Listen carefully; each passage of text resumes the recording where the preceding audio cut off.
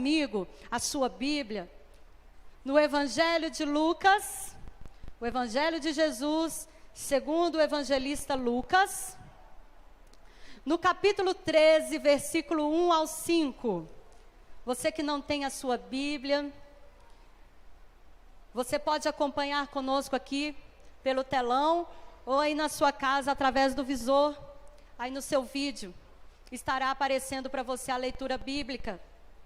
Porque é importante ler a palavra. É importante que você medite na palavra. É importante que você verifique se o que eu estou falando aqui é de Deus ou não é. Não é verdade? Porque eu não posso estar aqui falando pela carne. Mas eu tenho que estar aqui falando pela boca do Espírito Santo. Amém? Enquanto você abre, vamos orar. Pai, nós mais uma vez estamos aqui, Pai. Hoje pela manhã, como o Senhor falou conosco, e agora à noite sei que não será diferente. Eu sei que o Teu Espírito vai jorrar sobre nós, ó Deus, águas purificadoras, águas poderosas que lavam e limpam as nossas vidas. Pai, fala aos nossos corações. Queremos ouvir a Tua preciosa palavra. Queremos estar com o coração aberto, ouvidos atentos à Tua palavra, à Tua voz. Senhor, capacita a minha vida pela Tua misericórdia. Eu lhe rogo agora, Deus, que o Senhor esteja aqui usando a minha vida de maneira sobrenatural, Pai, pois entendo que de mim mesma não conseguirei, ó Deus amado, nenhum objetivo, se não for através do Teu Espírito. Pai, por favor, usa a minha vida, abre os nossos corações, abençoe Tua igreja neste momento, em nome de Jesus. Amém. Amém? Glória a Deus. Lucas capítulo 13, versículo 1 até o 5. E naquele mesmo tempo, estavam presentes ali alguns que lhe falavam dos galileus, cujo sangue Pilatos misturara com seus sacrifícios. E respondendo Jesus, disse-lhes: Cuidai vós que esses galileus foram mais pecadores do que todos os galileus, por terem padecido tais coisas? Não, vos digo antes, se vos não arrependerdes, todos de igual modo perecereis. E aqueles 18 sobre os quais caiu a torre de Siloé e os matou, cuidais que foram mais culpados do que todos quantos os homens que habitam em Jerusalém? Não, vos digo antes, se vos não arrependerdes, todos de igual modo perecereis. Aleluias, assente-se no seu lugar com alegria.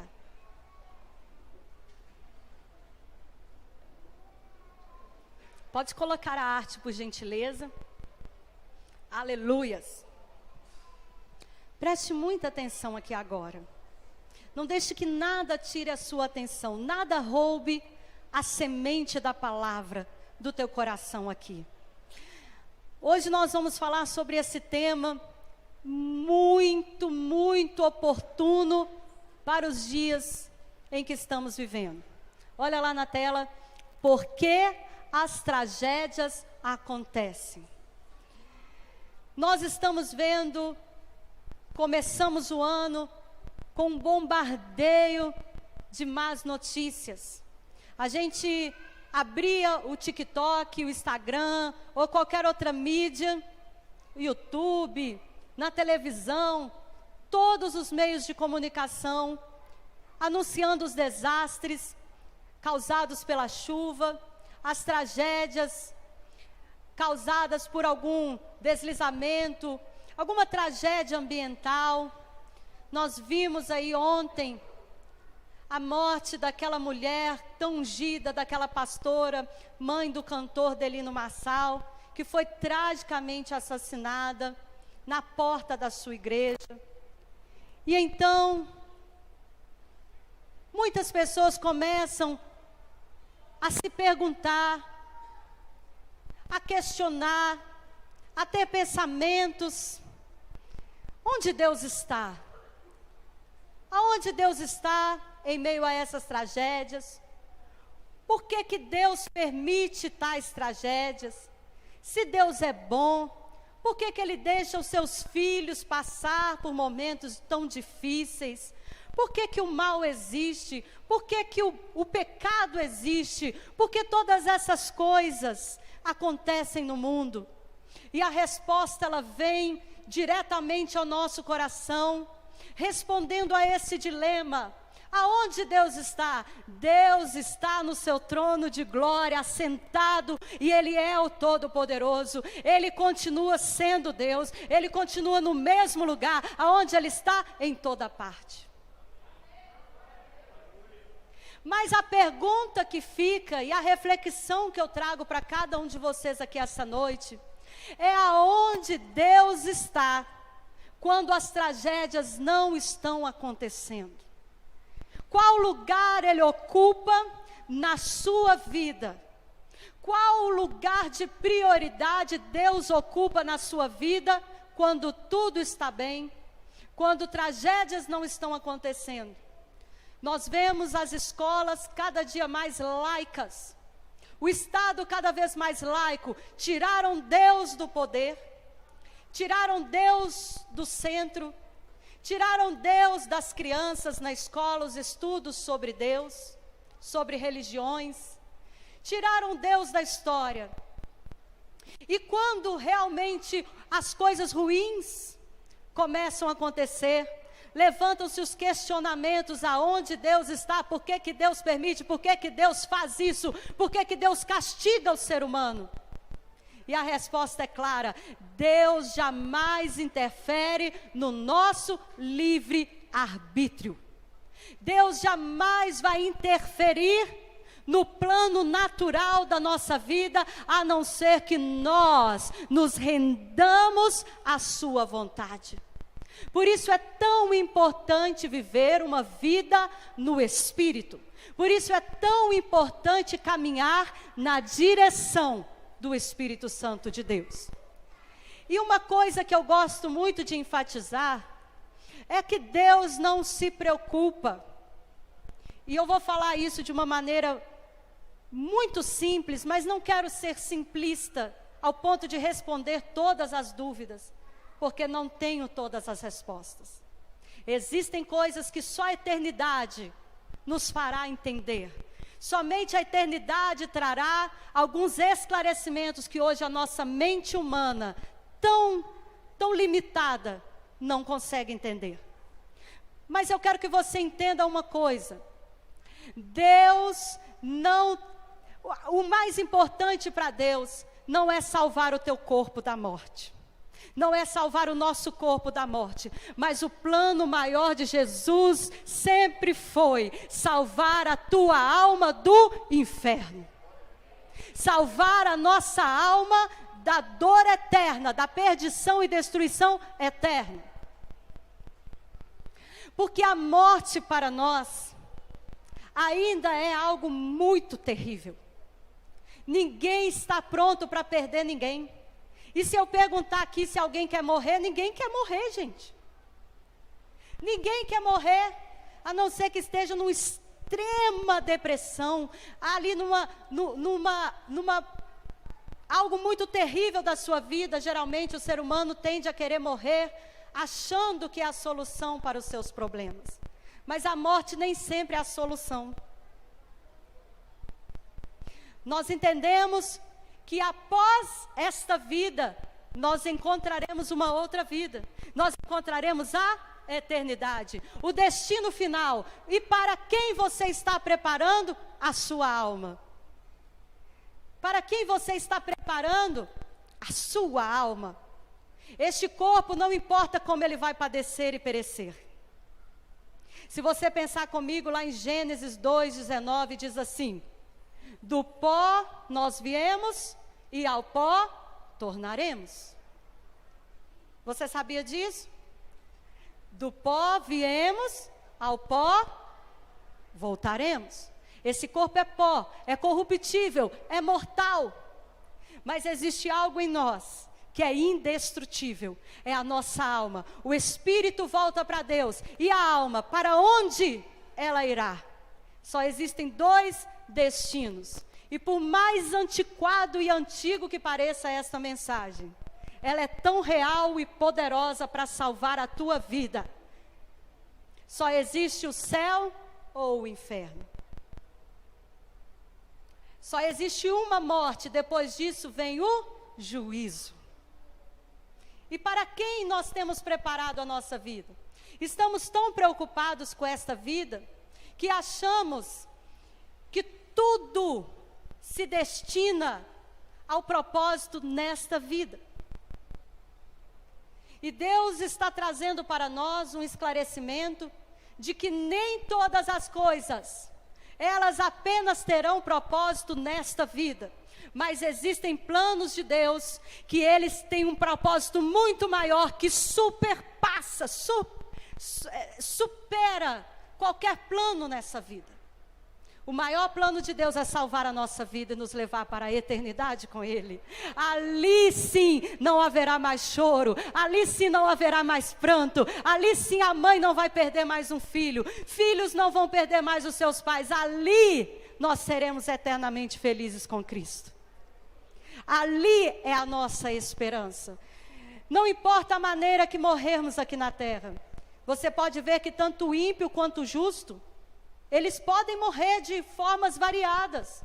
Existem pessoas que morrem de tragédia, assassinada, às vezes afogada, às vezes por algum desastre, algum problema de saúde. Todos nós vamos passar pela morte, a não ser que nós estejamos vivos quando a trombeta soar, e o nosso nome será chamado, e num piscar de olhos, todos nós vivos seremos arrebatados com Ele. Mas se nós não estivermos, se Jesus não voltar a tempo, todos nós morreremos. Isso está escrito em Salmos, e para você que gosta de anotar, e depois em casa consultar as referências, Salmos 89, 48, declara que todos nós vamos morrer. E corrigindo, é Gênesis 2, 17. Não é 2,19, viu, gente? 2,17. Então, importa que nós um dia vamos ganhar um novo corpo, e este corpo será um corpo glorificado. Um corpo que vai ser incorruptível, um corpo que será imortal. Mas enquanto nós não formos revestidos da incorruptibilidade e da imortalidade, nós temos um corpo que vai padecer. Na época de Jesus não é diferente, não foi diferente. Preste atenção. Na época de Jesus não foi diferente. Aqui Jesus chega a um local onde galileus estavam ali comentando, discutindo, falando sobre um grande massacre que havia acontecido aos galileus na época de Pilatos. E a Bíblia diz que esse massacre foi tão terrível que Pilatos misturava o sangue daqueles galileus mortos ao sangue dos seus sacrifícios. Gente, imagina que terrível. Imagina um massacre, que tragédia terrível, familiares sofrendo, pessoas sofrendo. E Jesus disse, olha, essas pessoas que foram massacradas não são mais pecadoras do que aqueles que foram poupados. Jesus também disse de outro acidente, de outra tragédia, que foi quando a torre de Siloé caiu e matou 18 judeus que habitavam em Jerusalém. 18 pessoas que habitavam em Jerusalém. Foi uma tragédia terrível. Imagina a quantas pessoas perderam entes queridos. E Jesus estava ali trazendo uma mensagem poderosa, não apenas para aquele povo daquela época, mas para cada um de nós aqui hoje, nessa noite, nesse dia que se chama hoje. Deus está trazendo a mensagem que aquelas pessoas, todas as pessoas que passam por uma morte trágica, isso não significa que aquela pessoa é mais pecadora do que aqueles que foram poupados. Nós temos uma consciência e um entendimento tão errado e tão infeliz, e nós fazemos um julgamento tão terrível de pessoas que são acidentadas. E eu já vi pessoas comentando, fulano morreu de tragédia, é porque estava em pecado, porque se afastou de Deus, porque se rebelou contra Deus. Amados, me perdoem, mas eu não acredito Que Deus seja este Deus.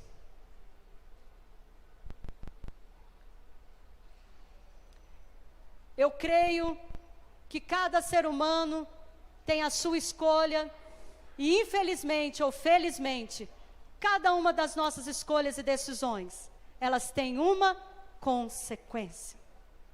A Bíblia diz que aquilo que o homem planta, ele vai colher. Se você planta o bem, é inevitável que você vai colher o bem. Se você planta o mal, também é inevitável que você colha o mal. É engraçado porque tem uma frase que diz, e eu amo muito essa frase, que fala assim: você pode escolher a semente, mas você jamais poderá escolher a sua colheita. Você pode escolher o que semear, mas a colheita é inevitável. E hoje eu quero trazer para vocês a história de Jó. Quantos conhecem aqui a história de Jó? Quantos já leram o livro de Jó? É uma história tão conhecida e eu amo a história de Jó. Eu amo a história de Jó, porque Jó nos traz grandes e profundos entendimentos e conhecimentos sobre quem é Deus. Quando nós perguntamos por que tragédias acontecem, primeiramente nós precisamos pensar: quem é o nosso Deus? Como é o relacionamento de Deus comigo, com o ser humano? E se nós voltarmos um pouquinho antes do livro de Jó, e nós formos lá no jardim do Éden, Adão e Eva foi colocado em um lugar de extrema paz e felicidade. Ali tinham frutas maravilhosas, frutos que eram totalmente benéficos ao corpo deles. Eles comiam do bom e do melhor, eles dormiam bem, eles se relacionavam um com o outro, eles se relacionavam com Deus. Todo dia, na virada do dia, Deus conversava com o homem e com a mulher. Imagina aquele casal apaixonado vivendo ali juntinho, não tinha ninguém para atrapalhar. Era só amor. Era só amor. Deus conversava com eles. Mas infelizmente, pela desobediência desse casal, o pecado entrou no mundo. E a partir desse momento, as consequências do pecado começaram a destruir tudo que Deus tinha feito de lindo e perfeito. Outro dia o meu filho Brian me perguntou: mãe, por que as tragédias acontecem? Por que Deus, sendo tão bom, permite essas coisas? E eu até coloquei no meu Instagram, para ajudar muitas mamães, quando os seus filhos perguntam essas perguntas difíceis. Quantas mamães estão aqui, de repente, vocês são assim, pegas com perguntas terríveis. Ai, Senhor, tem misericórdia. E eu clamei a misericórdia do Senhor e disse: Deus, fala comigo e através de mim para o meu filho. E eu disse para o Brian, falei: Brian, o ser humano está destruindo tudo o que Deus fez tão perfeito. Deus criou todas as coisas de uma maneira tão linda e colocou o ser humano para cuidar. Mas ao invés de cuidarmos, o que é que estamos fazendo? As nossas ambições têm nos levado a desmatar, têm nos levado a pavimentar onde não era para ser pavimentado. Nós vemos o cimento aonde era terra que escoava a chuva. Nós vemos os esgotos cheios de lixo, porque o ser humano joga lixo na rua até hoje. A pessoa tem coragem de jogar lixo na rua e depois quer culpar Deus que os rios transbordem e as enchentes aconteçam. Pensa nisso, gente. Como que nós podemos culpar Deus de ações erradas nossas? Nós vemos aquela tragédia em Capitólio. Quem leu a respeito, viu aí o que aconteceu lá no Capitólio, aqui em Minas Gerais. Aquela rocha que desabou, aquele paredão lindo, desabou e acertou aquelas pessoas. Gente, que coisa terrível. Que coisa terrível. Então a Marinha abriu um inquérito de investigação para saber a causa daquela tragédia. E uma das especulações é que ali estão sendo feitas obras naquele local, em cima daquele cânion maravilhoso. Estão fazendo construções que estão abalando as estruturas daquelas rochas. E nós queremos culpar Deus. Aonde está Deus? Aonde está Deus? Deus está no mesmo lugar que nós o colocamos. Fazemos o que queremos, não nos importamos com as consequências, e quando o mal chega, nós vamos culpar o nosso Deus? Não, diga, nunca mais eu vou culpar Deus. Eu como coisas horríveis, bebo refrigerante, como gordura, e quando a doença chega, eu quero culpar Deus? Não estou fazendo academia. Eu era ótima na academia, gente, antes do Brian, antes do Brian não, que o Brian eu ainda continuei na academia. 30 dias depois, estava eu lá, ótima.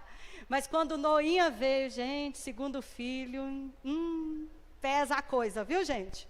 Mamãe mudou, não tinha ninguém para ficar com os meninos, o Érico trabalhando, Flavinha fez o quê? Parou. Depois Flavinha voltou de novo para a academia, para a caminhada, para a corridinha. O que aconteceu? Veio a pandemia. Aí Flavinha parou de novo e está aqui, mas em nome de Jesus, fevereiro eu vou voltar. Mas, gente, é tão maravilhoso você ter esse entendimento. A pessoa sedentária quer depois falar que a culpa é de Deus, que a pressão dela está alta, que o coração está ruim, que as coisas estão ruins. Não é assim, amados. Não é assim. A gente tem mania de terceirizar a culpa. A gente quer sempre colocar a culpa em alguém. Ah, a culpa é de Deus. Ah, a culpa é dos meus pais. Tem pessoa que já está casada, tem filhos e está culpando o pai e a mãe até hoje pelos seus fracassos. Gente, pelo amor de Deus, ok, que talvez você não teve uma criação legal, seus pais erraram com você, mas já está na hora de dar um basta. Não é, pastor Nicodemos? Já está na hora de falar, a partir de agora, o que eu vou fazer por mim para mudar esse quadro? Vamos parar de culpar, a culpa é do marido, a culpa é da esposa, a culpa é dos filhos, a culpa... Não, a culpa é minha, porque aquilo que eu priorizo, eu consigo fazer. Aquilo que eu priorizo na minha vida cresce. Aquilo que você dá atenção cresce. Diga para quem está do seu lado, quando você dá atenção a alguma área da sua vida, a tendência é ela crescer, é você ter sucesso, é você alcançar êxito. Mas a gente quer terceirizar tudo. E uma coisa que a gente gosta muito de terceirizar é a nossa vida espiritual. Presta atenção que não é. A gente quer que a pastora Elza, o pastor Francisco, ora para nós. Pastor Francisco ora na madrugada. Então a gente fala, pastor Francisco, 3 horas da manhã, lembra de mim na sua oração. Gente, é maravilhoso, imagina. Imagina a pastora Elza orando para você. Pastora Elza ora quase 24 horas por dia. Nunca conheci alguém que ora como pastora Elza. Aí você fala assim, pastora Elza, a senhora ora tanto, aproveita no momento da sua oração, dá uma oradinha por mim, pela minha família, pela minha casa, pelo meu trabalho, pelo meu projeto. Imagina. E aí você vai entender muito bem com o exemplo. Por exemplo, Venâncio ali. Venâncio é de academia. Né, Venâncio? Aí eu falava assim, gente, ia ser maravilhoso. Venâncio, eu vou te pagar, Venâncio, para você malhar para mim 1 hora direto. Mas você vai pegar muito peso. Ô, gente, eu tenho certeza que Venâncio nem ia me cobrar. Ele ia falar, pastora, vou fazer de graça para a senhora. Ele me chama de senhora até hoje. Vou fazer de graça para a senhora. Ele não ia nem me cobrar. Gente, mas se eu pudesse pagar, eu não pagava 1 hora, eu pagava 3 horas. Porque eu ia ficar bonitinha, eu ia ficar magrinha, cheia de músculo. Vocês não iam me conhecer nessa igreja. Imagina que maravilha. Quem aqui pagaria? Não, tem gente que nem pagava. Gente, misericórdia, Jesus. Misericórdia, Senhor. Tem gente que ia continuar mesmo no sedentarismo, que nem pagar estava pagando.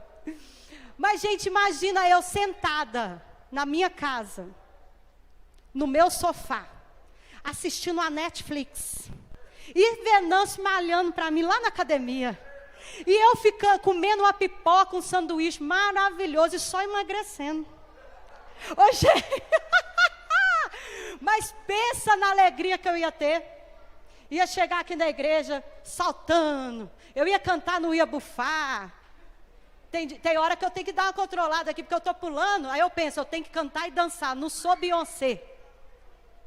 Né? Porque ela dubla, mas a gente aqui não dubla, gente. A gente aqui canta de verdade. Por isso que vocês veem de vez em quando que não fica muito bom. Mas, né, todo mundo vai tendo misericórdia e graça, porque Deus vai dando graça também. Mas você vê que aqui tem hora que eu estou pulando aqui, porque eu encho de Deus, né? Aí de repente eu penso, estou sedentária, eu não posso pular muito. Aí eu controlo, dou aquela manada, fico só no pezinho. Ô gente, por quê? Não tem jeito de eu terceirizar. Gente, pensa no meu marido, esse homem lindo, em forma. Você está na forma, amor. Na forma linda que Jesus te fez. Imagina se ele pagasse Venâncio também. Porque Venâncio ia ficar rico. Venâncio ia ficar rico na igreja.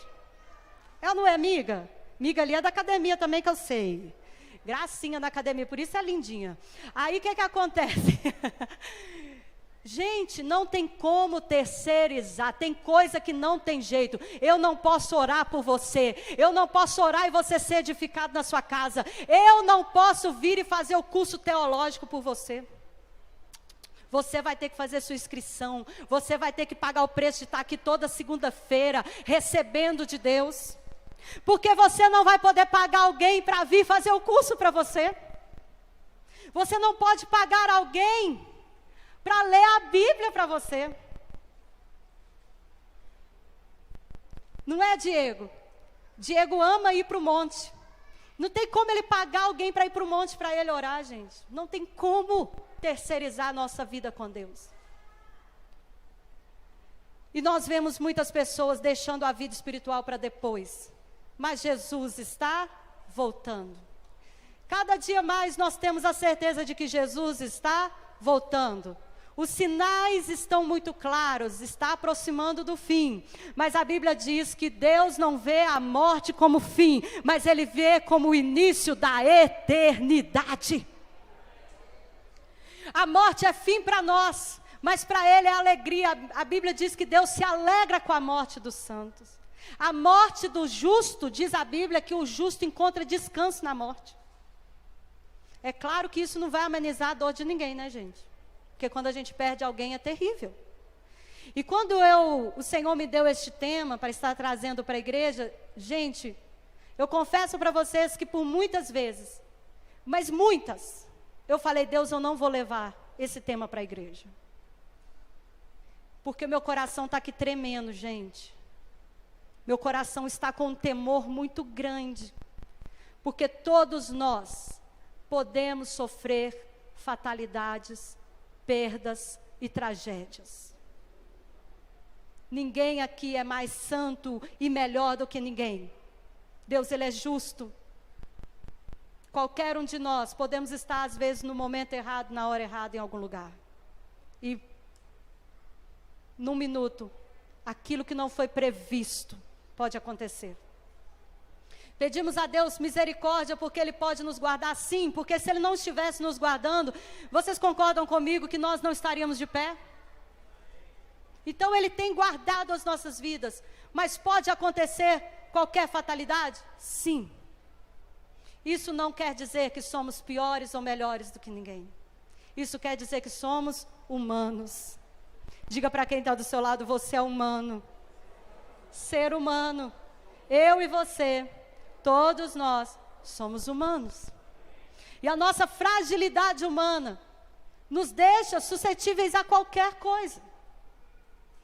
Mas eu quero compartilhar com vocês a história de Jó. Jó foi um homem que tinha tudo, diga, tinha tudo. Mas em certo momento da sua vida, Deus permitiu que o diabo tocasse na vida dele e tirasse tudo, e ele ficou sem nada. Gente, a única coisa que sobrou para Jó foi a esposa. E daí você pode pensar comigo que faz parte do tratamento. Aleluia? Entenderam? Porque casamento é prova. É prova. nos afia, é um afiando o outro. Por isso que cada vez vamos ficando melhores, aqueles que fazem as escolhas certas. Mas, amados, Jó perdeu tudo, ficou só com a esposa. Jó chegou a um ponto, gente, que ele estava cheio de úlceras no seu corpo. Ele ficou tão doente que ele coçava as suas feridas com caco de telha. Jó chegou a um ponto tão terrível que ele chegou a amaldiçoar o dia do seu nascimento. Ele falou, olha, maldito seja o dia que a minha mãe me deu à luz, o dia que todos disseram, nasceu um varão. Jó, ele estava ali coçando, ele estava ali enfermo, e uma vez a sua esposa chegou para ele e falou, Jó, larga esse Deus e morre. O que Jó respondeu? Mulher, tu falas como uma louca. Deus me deu, Deus tirou, bendito seja o nome do Senhor, bendito seja o Deus da nossa vida. Jó tinha o entendimento de que ele podia perder tudo, menos a presença de Deus. Ele podia perder tudo na vida, ele só não podia perder Deus. Jó entendia, e por várias vezes Jó questionava, mas uma coisa Jó não fez, Jó não virou as costas para Deus. Conhece a história? Jó não blasfemou, Jó não ficou revoltadinho contra Deus, Jó não começou a blasfemar, Jó adorou. Jó adorou, e quando ele adorava, a Bíblia diz que os seus amigos chegaram, e começaram a tacar pecado na vida de Jó. Ô gente, quando alguém está passando luta, vou dar um conselho para todo mundo aqui. Se você está passando luta, alguém está passando luta, e se você não tiver uma palavra de vitória, se você não tiver uma palavra de bênção, é melhor ficar calado e só abraçar a pessoa. Abraça a pessoa, externa ali, através de um abraço caloroso, de um eu estou aqui com você, mas não fala nada que vai piorar o estado daquela pessoa, não. Um dia que eu ganhei Brian, gente, eu estava muito arrebentada, eu estava no hospital, e eu ainda estava muito inchada, gente, eu engordei 33 quilos, e eu estava cheia de espinha, eu estava horrível, e eu estava muito sensível por causa ali, que eu tinha acabado de dar à luz o Brian. E eu lembro que meu tio, é um tio que eu amo muito, mas ele não tem muito assim, sabe aquelas pessoas que não tem muito jeitinho com as coisas? Ele chegou no hospital e falou assim, Flávia, minha filha, mas você está ruim demais. Não, primeira coisa que ele falou comigo, ele falou, você já ganhou? Gente, eu já tinha ganhado o Brian.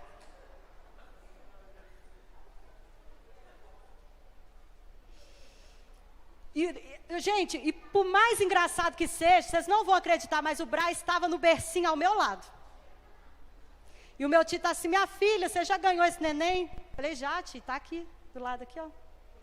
Não, mas você está ruim demais, menina. Será que você vai voltar?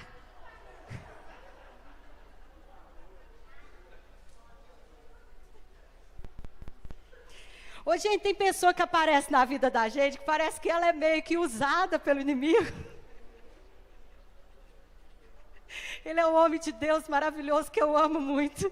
Mas naquele momento eu sinto que ele fez igual a esposa de Jó. Mas se você tem uma palavra de vitória, dê. Se você não tem, gente, fica calado. Você pode pensar, mas a sabedoria faz você só pensar e ficar para você. E Jó, os amigos dele chegaram e começaram a falar, Jó, você só pode estar em pecado. Não tem jeito de você estar passando por isso, se você não tiver pecado. E a Bíblia diz que Jó, um dia ele se levantou e Deus falou com ele, ore pelos seus amigos. E no momento que Jó orou pelos seus 3 amigos, meio que inimigos, né? Mas Jó orou pelos seus amigos. A palavra de Deus diz que Deus mudou a sorte de Jó. Deus mudou completamente a sorte de Jó. Tudo aquilo que ele havia perdido, Deus restituiu para ele em dobro. De todos os seus bens, todos os seus filhos, tudo. Mas a mulher de Jó continua com ele, amém? Glória a Deus. Eu acredito que sim. Amados, mas algo muito importante é a mensagem que eu quero deixar para vocês. Quem é Deus na sua vida? É o Deus das coisas boas? É Deus que está com você e que você está com Ele somente quando acontecem coisas boas? Só quando Ele faz? Só pelo que Deus faz? Ou você é aquele crente, aquele adorador, que ama Jesus de tal maneira que você diz, se Deus fizer, Ele é Deus. Se Ele não fizer, Ele também é Deus. Eu imagino que aquele adorador, o Delino Marçal, aquele cantor que perdeu a sua mãe, ele nesse momento está cantando a música que Deus deu a ele há muito tempo antes da morte da sua mãe. E ele deve estar cantando agora. Se Deus fizer, Ele é Deus. Se não fizer, cadê os levitas? Ele é Deus. Se a porta abrir, Ele é Deus. Mas se fechar, continua sendo Deus. Se a doença vier, Ele é Deus. Se curado eu for, Ele é Deus. Se tudo der certo, Ele é Deus. Mas se não der, continua sendo Deus. Aí você pode levantar a mão como Jó e dizer: eu não adoro pelo que Ele faz, eu adoro pelo que Ele é. Haja o que houver, sempre será Deus. Você pode dizer isso. Eu não adoro pelo que Ele faz, eu adoro pelo que Ele é. Haja o que houver, sempre será Deus. Se Deus fizer, Ele é Deus. Se não, você pode declarar: se a porta abrir, mas se fechar, continua sendo Deus. E se a doença vier,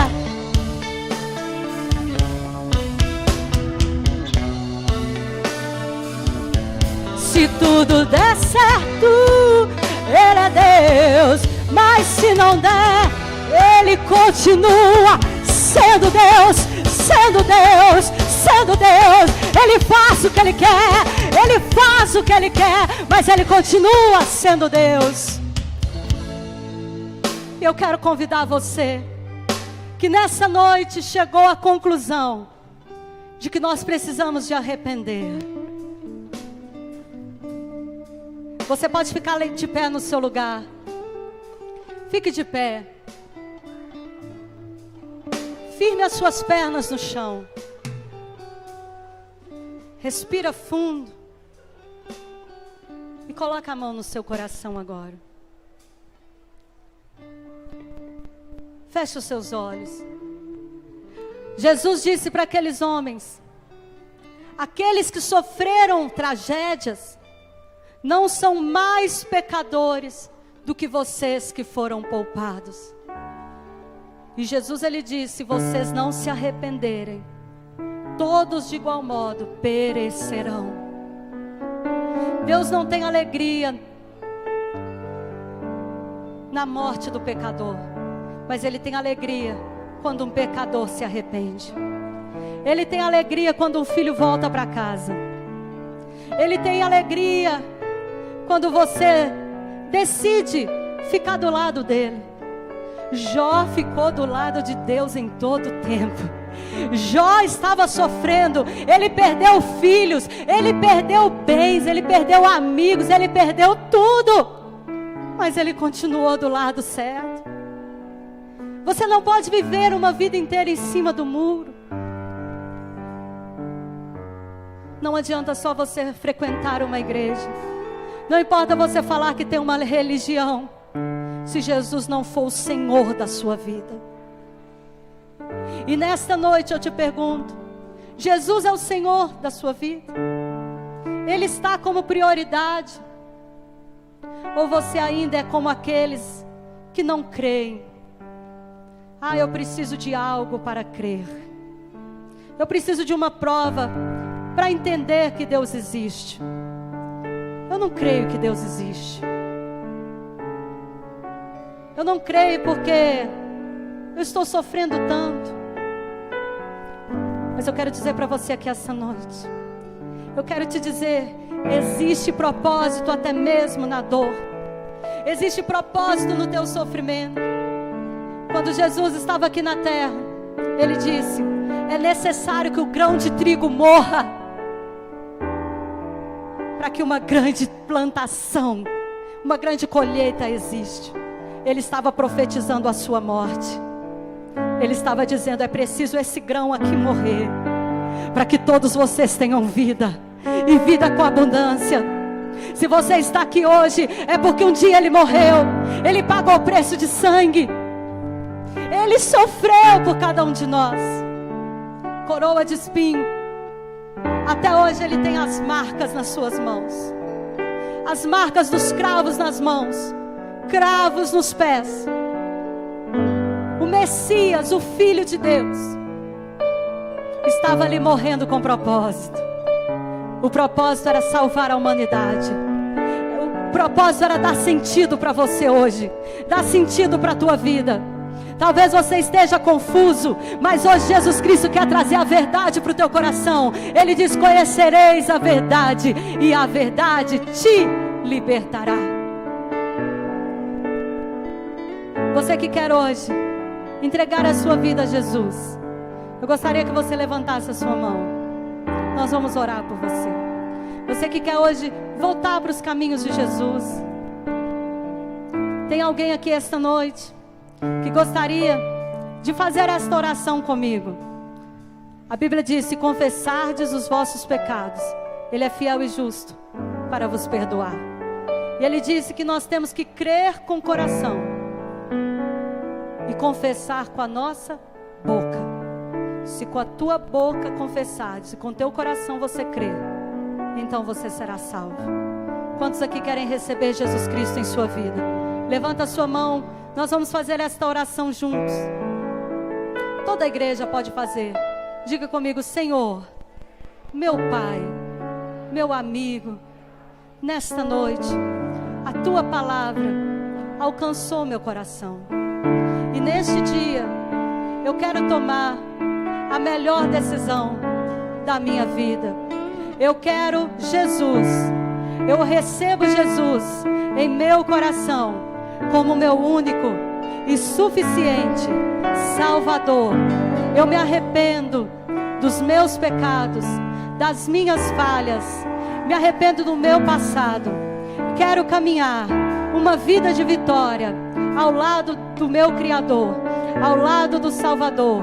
E declaro e te peço, escreve o meu nome no livro da vida, para que eu tenha a vida eterna em Cristo Jesus. Amém. Se você fez hoje esta oração pela primeira vez, vem aqui à frente agora. Eu convido você a sair do seu lugar, vir aqui à frente. Nós queremos orar por você. Você pode sair aí do seu lugar e vir. Você que fez essa oração pela primeira vez. Você que o Senhor tocou o teu coração. Em casa, você que fez essa oração, eu quero orar por você.